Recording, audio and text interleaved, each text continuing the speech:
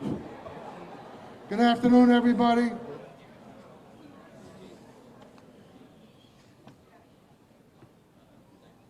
Thank you all for coming out. I'm really happy to see this room packed. Unfortunately, we are at capacity and some won't be able to get in the room, so we're sorry about that. We expected a great turnout. I'm glad that you're all here. Before I introduce the Lieutenant Colonel Reynolds from the U.S. Army Corps of Engineers, there are some dignitaries in the room, and I'd like a couple of them to come up and speak. On July 17th, I sent a letter out to the U.S. Army Corps of Engineers inviting them here to Cape Coral. I also know that one of our community advocates, former council member, and real estate mogul, Gloria Tate, peppered that office with phone calls. So I want to say thank you for your help in making this happen.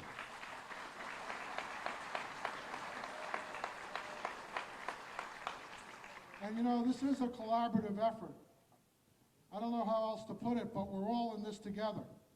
And we all need to work together and make sure that this issue that we're dealing with the blue-green algae, not only in our canals, but contributing to red tide and in our river, needs to be solved. And I'm very, very pleased that the Corps answered our invitation and is here to explain some of the solutions that need to take place so we can get back to our normal way of life.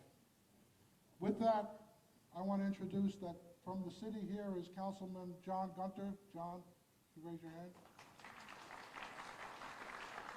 We have a couple of county commissioners, one of which I'll ask to come up and explain how the city and the county are somewhat partnering together. We have Commissioner Brian Hammond here, and I saw Commissioner Cecil Prendergast somewhere. Are you here, Cecil? There he is. And our own state rep, Dane Eagle. And of course, in a moment, I'll introduce Lieutenant Colonel Reynolds from the Army Corps.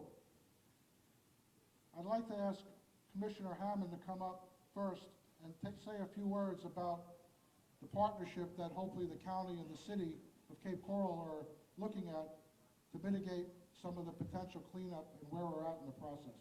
And then I'll ask State Rep Dane Eagle to speak as well. Thank you. Very good. How about a big hand for Mayor Coviello?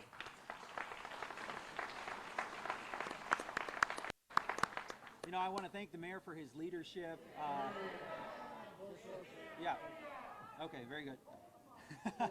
Here, we'll hold the mic. We'll hold it right here. How's that sound? All right, that's the best applause I've gotten, and hopefully we'll keep it rolling. I want to thank the mayor for his leadership here in Cape Coral.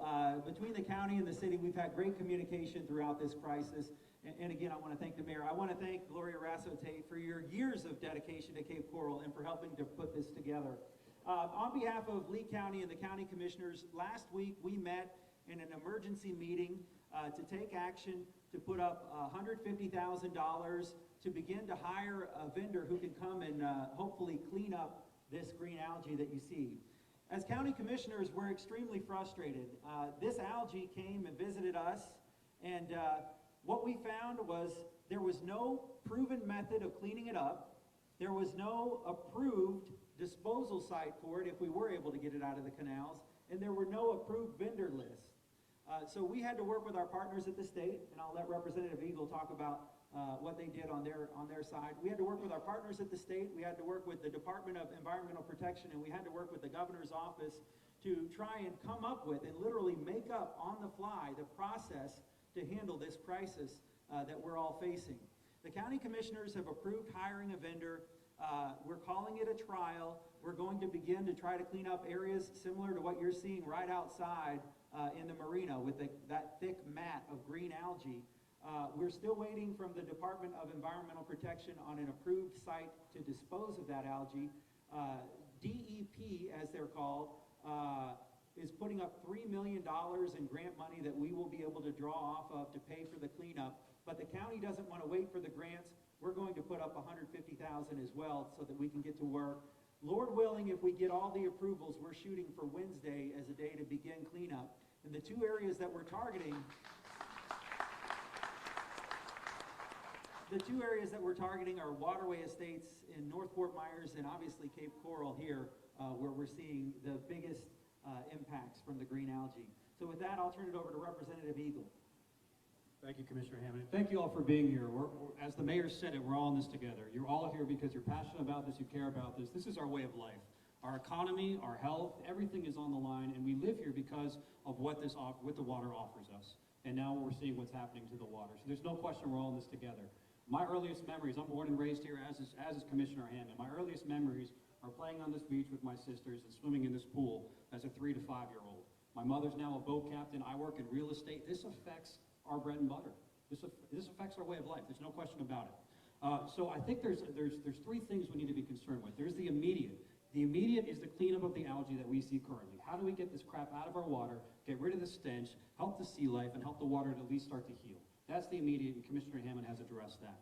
Next is the 1 to 5 year plan. How do we release the flows? And I think that's what the Army Corps is going to be able to discuss with us today. And I've had the pleasure of discussing certain things with Lieutenant Colonel Reynolds, and she's very straightforward and very gracious person to lend her time to us today. So I'm anxious to hear what she has to offer and really cut through to the answers.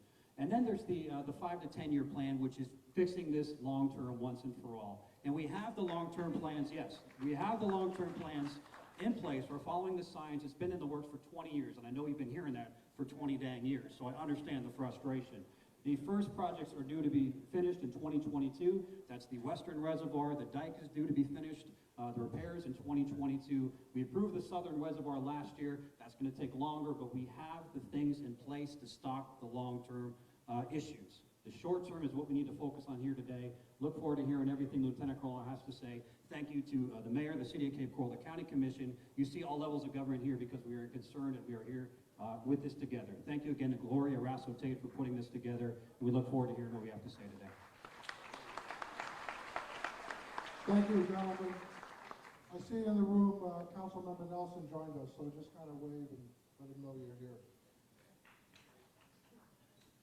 Well, I'd like to take this opportunity and kind of set the stage for how this is going to work today. I want to thank Lieutenant Colonel Reynolds not only for coming today, she's also an active duty military person. I want to thank her for her service. And I want to ask that when we get up and we speak today that we remember that and treat her with the utmost respect that we expect from the citizens of Cape Coral. She's going to make a presentation explaining going forward what the future brings and what the solutions are. Upon completion of that, I'd like to open it up and I'd like to give us an opportunity to ask questions. So we'll have a couple of city staff members bringing microphones around and giving you a chance to ask questions. And I would ask that when you speak, please ask a question. We're going to give you a little bit of time to ask that question so we can get answers to what's going on, and let's try to avoid giving us personal opinions or solutions that most of us think we have. With that, I'm going to ask Lieutenant Colonel Reynolds to give us a little bio and a little background about herself before she starts her presentation. Thank you.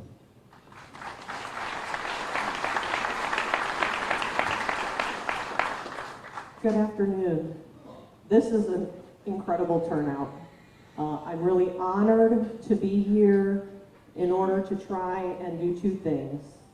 Tell you a little bit about what's going on from my perspective, and more importantly, hear from you about why you're so angry, why you're so frustrated, what you think we can do better as the Corps, and what the other local and county and state officials can do, because we are all part of the solution. So a little bit about me. I have 23 years of active duty Army service, all as an engineer officer. I've been all over the world. I have been in many places with lots of angry crowds, including Afghanistan, Iraq twice, Bosnia, Kosovo twice, Germany for 3 years, Korea, and all across the U.S. I jumped out. Thank you.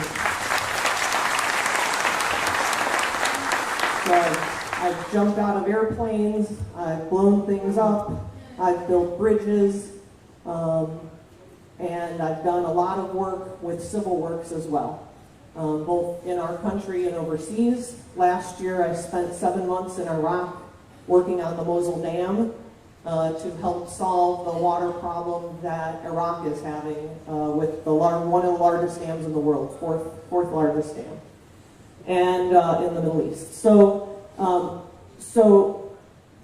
this conundrum that we're in is not unique to Florida, but the system that we have here is unique across the world. And I'm going to talk just a little bit about why managing water in South Florida is so difficult, and some of the challenges that we as the Army Corps have, so that collectively we have in managing the water. The Everglades is a unique ecosystem and a unique place, and it's why we all live here. So I live in Wellington. I've been there for about 3 years. I have family that live in Fort Myers. I have family that live in Naples. I have my best high school friend has a condo in Naples. So I have family in South Florida too. So this is personal to me as well. The Everglades is about 18,000 square miles. Lake Okeechobee is about 730 square miles. The watershed that we have to manage for flood protection to allow 8 million people to live in South Florida is about 3 million acres of watershed. We have to put all the rainfall that falls on 3 million acres into a 460,000 acre lake. And it's a lake that has an average depth of less than 9 feet. So when the lake is natural and healthy, it's less than 9 feet on average. It has some deeper parts and some shallower parts. So it's a tremendous challenge to figure out how do we move all of that water off of the landscape and into places that can be useful for not just the ecosystem, but also the population, and not cause damage. So let's go to the next slide. I know these slides are really, really difficult to see, so I'm not going to rely on them, but for those of you that can see them, they'll help with the discussion. But I will try to have the discussion so that people who can't see the slides can still understand what I'm talking about. The slide that I'm showing right now is the areas that were flooded in 1947. The reason that this is important is twofold. First, it's because of this, because the vast majority of South Florida sat underwater for over 6 months in 1947. That's what authorized the Central and Southern Florida Project. It's the project that built all the major canals across South Florida and allows all of the people to live here. When we built this project in the 1950s, it was built to provide flood protection for just over 2 million people. We have over 8 million people receiving flood protection. In 2017, we received more rainfall than we did in 1947. In May of 2018, we received more rainfall than we did in 1947. But we didn't flood like this. And it's because of the Central and Southern Florida Project. Now, I'm not saying that to pat myself on the back or say the Corps of Engineers is great. I'm saying that because we have the opportunity in the current environment that we take flood control for granted because the project is working. The problem is the project is working so well that we know that there's been significant environmental impacts across the Everglades. And places like Everglades National Park are starved for water because we've been sending it to the coasts. And you're seeing part of that problem in your backyard today. Go to the next slide, John. So how we manage Lake Okeechobee is complicated. It's complicated because we don't have a lot of options. The way that the system is plumbed currently is that when there's excess water in the lake, I have two places to release it. Out to the St. Lucie River and out to the Caloosahatchee River. And neither of those are very good options when there's a lot of water. Now there's a third option to move water south. Those canals are rather limited. And when we're receiving rainfall across those 3 million acres, the 1.5 million acres that's south of the lake is also already really wet. And so water doesn't flow through canals that are already full. So it's very difficult to move water out of the lake south when south is wet also. So how are we changing that? We're changing that through a suite of projects that I'm going to talk about in just a minute. But I wanted to bring this up because this shows, and it's really hard to see for many of you. We're going to post these slides on our website as well as on Cape Coral's website, and you'll be able to access these later. But on this slide, the squiggly lines in the different colors are the lake levels at different years. The reason that I wanted to show you this slide is to help you understand why we have to release water from the lake at times like now. So the lake is almost at 14.5 feet right now. When Hurricane Irma hit, the lake was lower than it is right now. And the lake jumped, and you can see it in that blue line, from just under 14 feet to over 17 feet from the rainfall from Hurricane Irma. That's not unusual. Anytime that we get a rain-making hurricane or tropical system, we see the lake rise between 3 and 4 feet. That's just one event. We've had multiple years where we've had more than one event. So my job is to try and keep 3 to 4 feet of storage in the lake. When the lake gets above 17 feet, we start to see impacts on the dike. We start to see seepage that is increased. We start to see material moving through the dike. What does that mean? That means that the dike is starting to go into a failure mode. That means that when we've seen the dike at 18 feet, we saw the dike start to fail.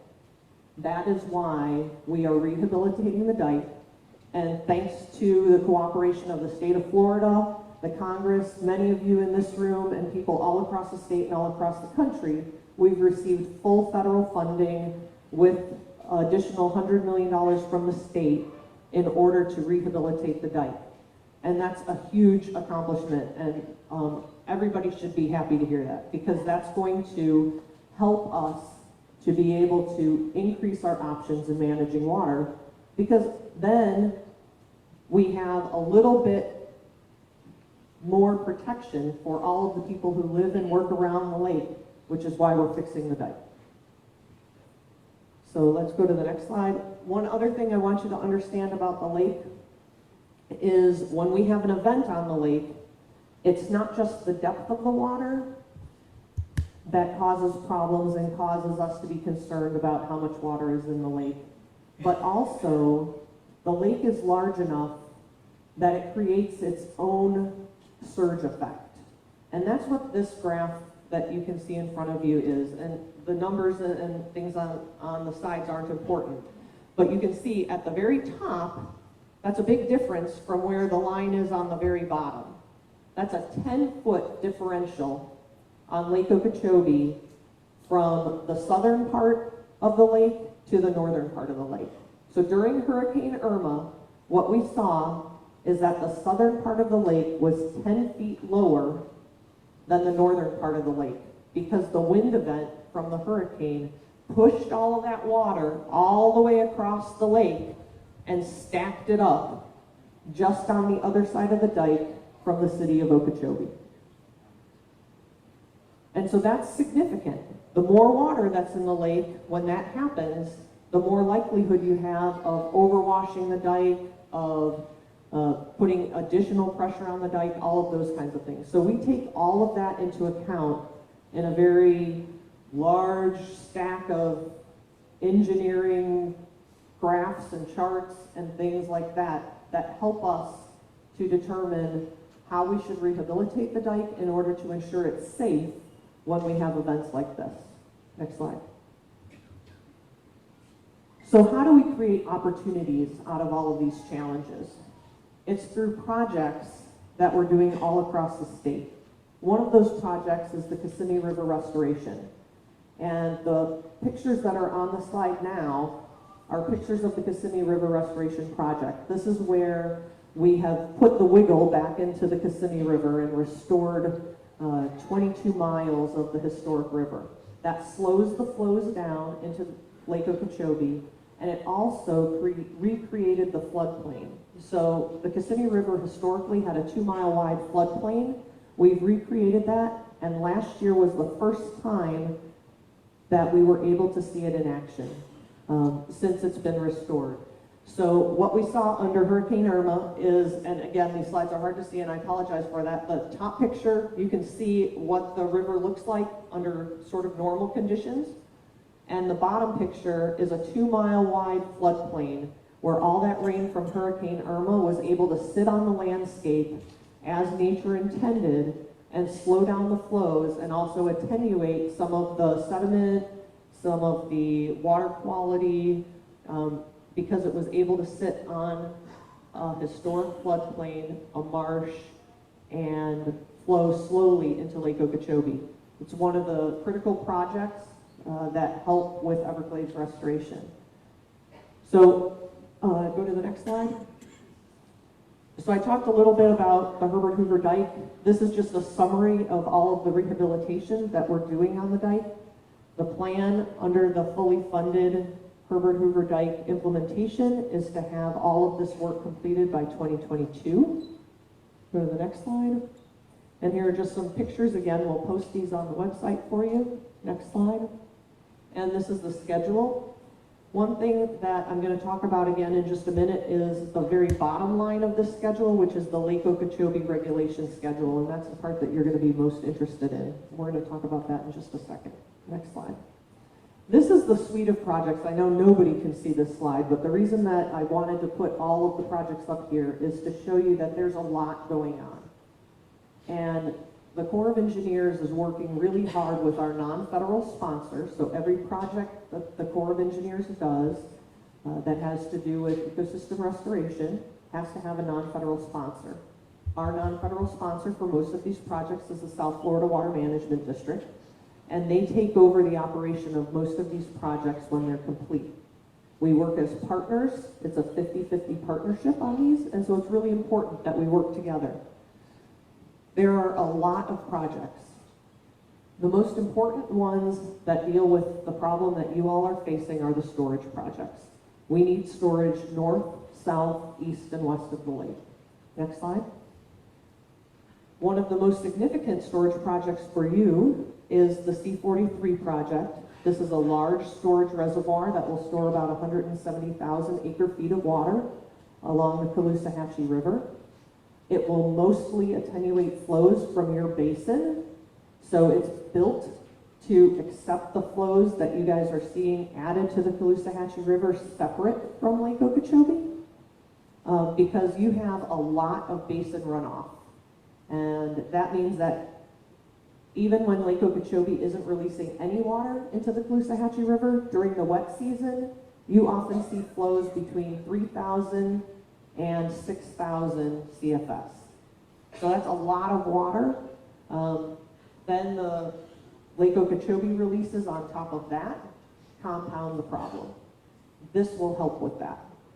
There's a similar reservoir on the east side, at the St. Lucie side, called the C44. These are named after the canals. So the St. Lucie Canal is the C44 canal, and the Caloosahatchee Canal is the C43 canal. That's where the names for the reservoirs come. We hosted a meeting a couple weeks ago for the EAA Reservoir Project. that's storage south of the lake. Tonight, we're hosting a meeting to talk to everyone about the storage north of the lake project, the Lake Okeechobee Watershed Storage Project. And so that's the storage north project. Together, those projects will help attenuate flows.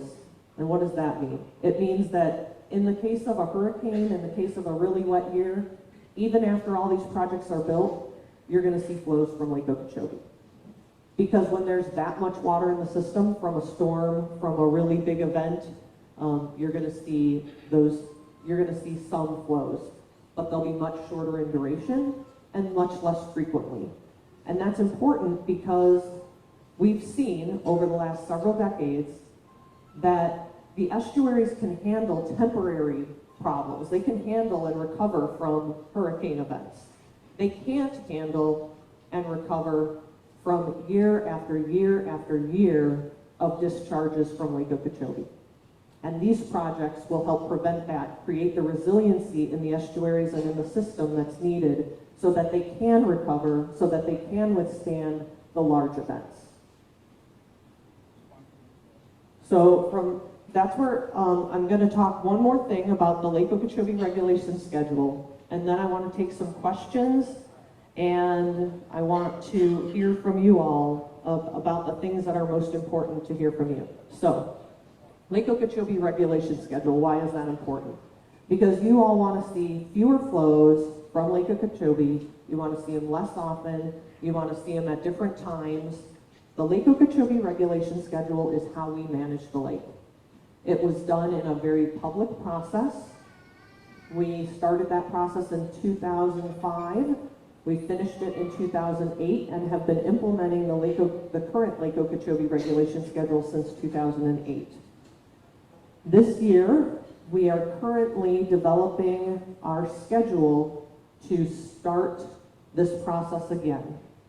We anticipate that it will take about 3 years. That's why we are planning on having the process go from 2019 through 2021 so that we can implement it at the same time that we finish the construction on the dike in 2022. And so the LORS 21 schedule will be the new schedule that we're working on. We hope that you will all be involved in that process in determining how we should look at releases, how we should change the schedule. We will have scientists from across the state and really across the country helping us with that process.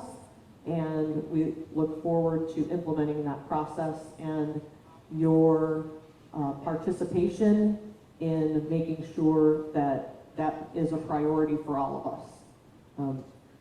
Ultimately, I work for you. My job is to take direction from the Congress, and so hearing from you is extremely important.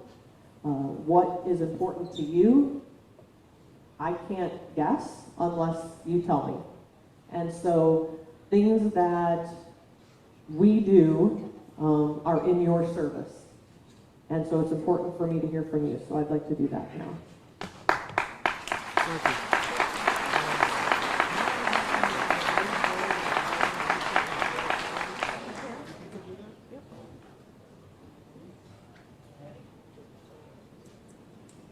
I've got some help in figuring out who gets to go first.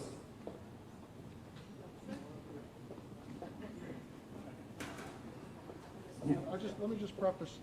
Again, remember, this is a question and answer session, okay? Thank you.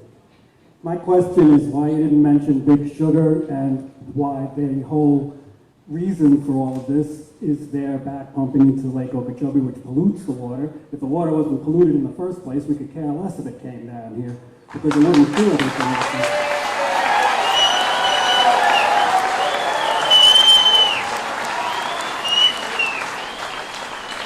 Great question.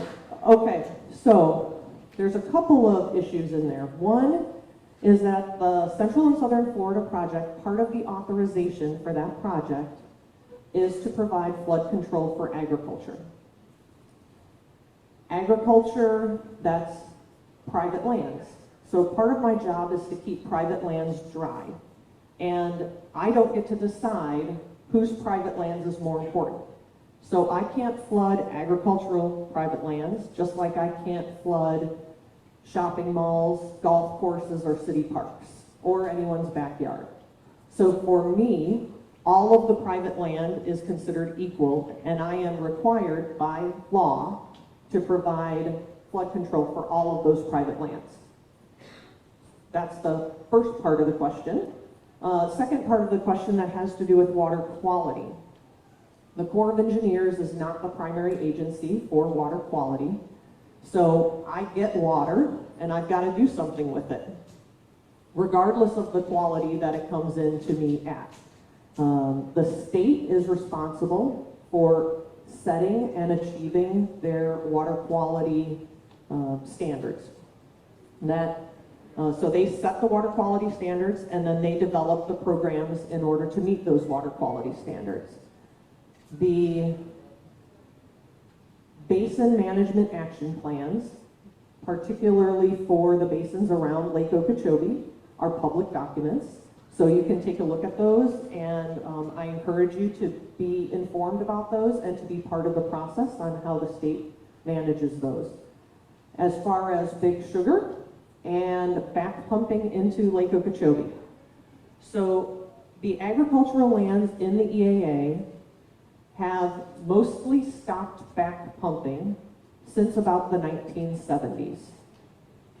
Where there is still flows that go from south of the lake into the lake are limited primarily to flood control for the cities that surround the lake. So there are the basins that are immediately south of Lake Okeechobee naturally flowed back into the lake. That's the way that the topography works, and that's the way that those basins flow. So that includes some of the cities south of the lake, like Clewiston, South Bay, Pahokee. Their city canals drain into the major canals that go back into Lake Okeechobee. So when it rains heavily in their cities, some of that water goes back into the lake. The field water from the Everglades agricultural area does not flow back into the lake under most conditions. There may be some exceptions during very major storm events like hurricanes. So most of the nutrients that are in Lake Okeechobee are coming from north of the lake. Over here to the right. Hi, thank you for coming. First, you had asked us to say what we're frustrated with. Very quickly, you only get so many years with your children where they get to experience their heritage, just as Mr. Engel said with his memories. My son's already 8. We can't go to the beach anymore. We haven't really in 2 years. That's my frustration, personally. I would like to know for the reservoirs, when we talk about water quality, would it still be the state's responsibility to possibly add cleansers and buffers and filters? Or would that be something that you could work jointly with the state so that in the reservoir it's functioning twofold since we're already spending that much capital into it? That's my first question. My second quick question is, we go through dry seasons and droughts. I know last season we specifically asked for a release and were denied. Can you tell me why? Two great questions. So first on water quality projects. The current policy for the Corps of Engineers regarding water quality projects is that when it comes to Everglades restoration, the state is required to construct projects that meet their water quality standards. If additional water quality is needed for the natural areas, then the federal government can cost share in providing that additional water quality percentage. For the second question that has to do with, now I already forgot. Drought. The releases. Why didn't we do more releases back in December, January, February timeframe to put the lake at a lower level? So when LORS was developed, we looked at a long period of record, about 65 years worth of data. And LORS took into account the cycle of wet and dry. Generally, what we've seen is that you have often a series of wet years, and then you'll have, at some point in time, a set of dry years. Our weather experts, so from NOAA, were anticipating a drought last year that did not come. Instead, we got a hurricane, or 2 or 3. And this year, over the dry season, they were anticipating an exceptionally dry season this year as well. And so as we were making decisions, we made our decisions based on what the period of record told us, that gave us floors. We did not deviate from within the spectrum of what Lourdes was telling us based on the historical period of record. And we were also taking into account what we call the seasonal outlook, as well as the tributary conditions, all of which were very dry until we got all of the rain in May. And so that was the reason that we did not release water, is because we thought we were going to be in a much drier place this year than where we are right now.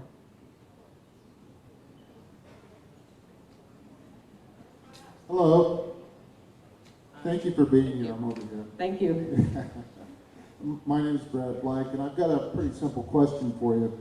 Do you think that really releasing the water south of Lake Okeechobee into the Everglades is actually the best solution and would resolve the problem most, the best? Absolutely. Yes. And that's what all of the suite of projects is designed to do that. Because really, and second part of the question is the dike and all of the other containment options that we're building are just more construction projects, and it seems that they just turn into toilets that have to be flushed. Thank you.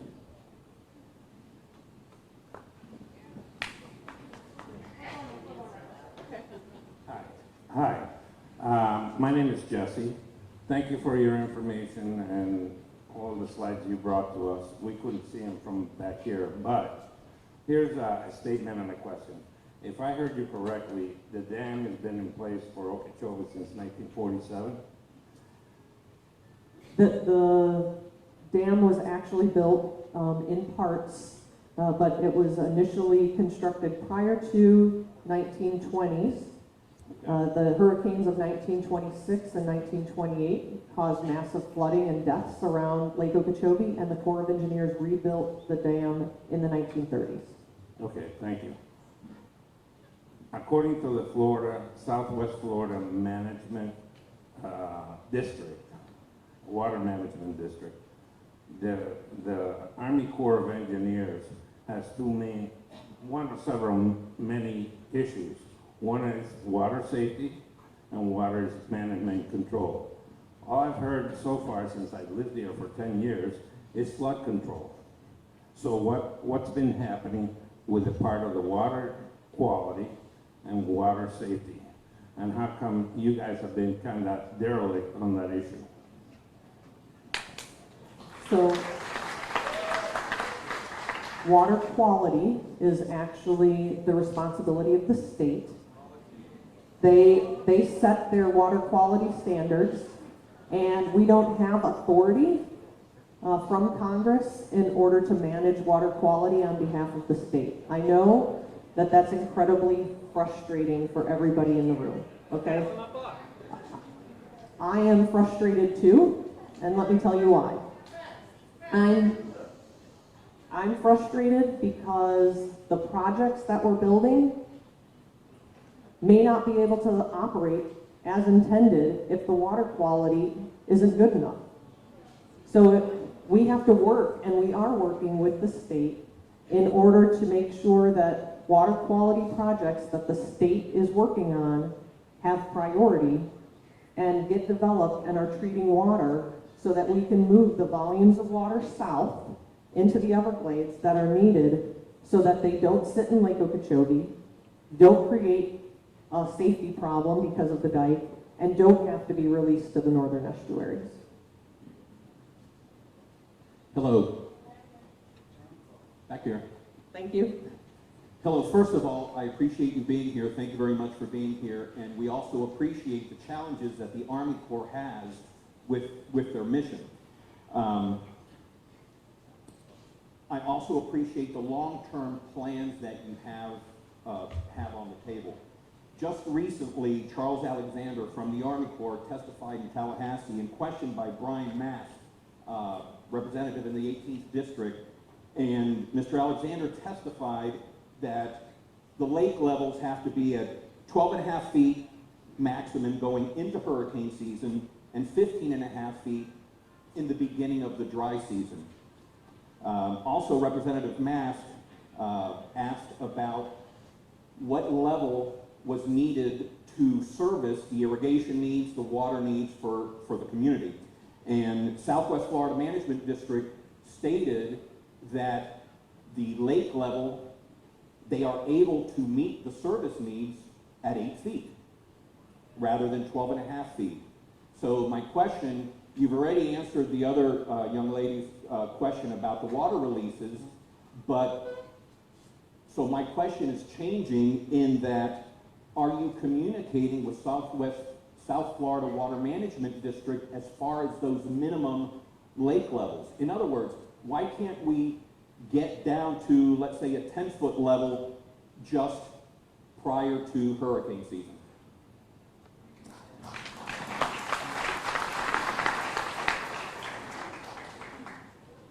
So we are meeting with Congressman Mast next week.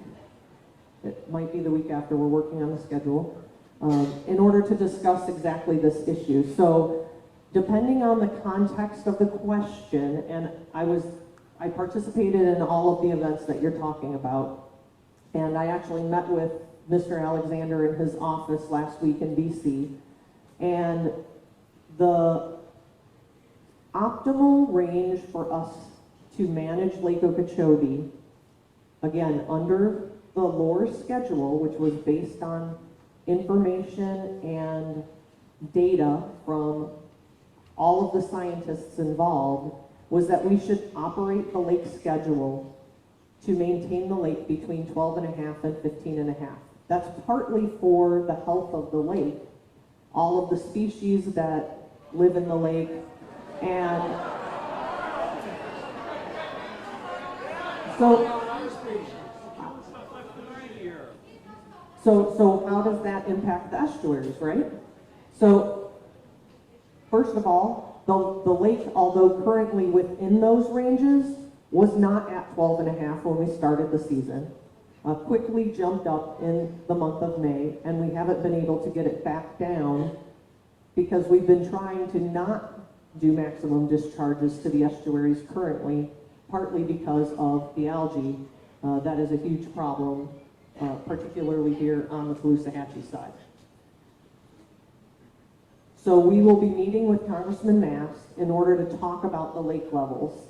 I think that there's some difference of opinion in how those conversations went and what those levels mean.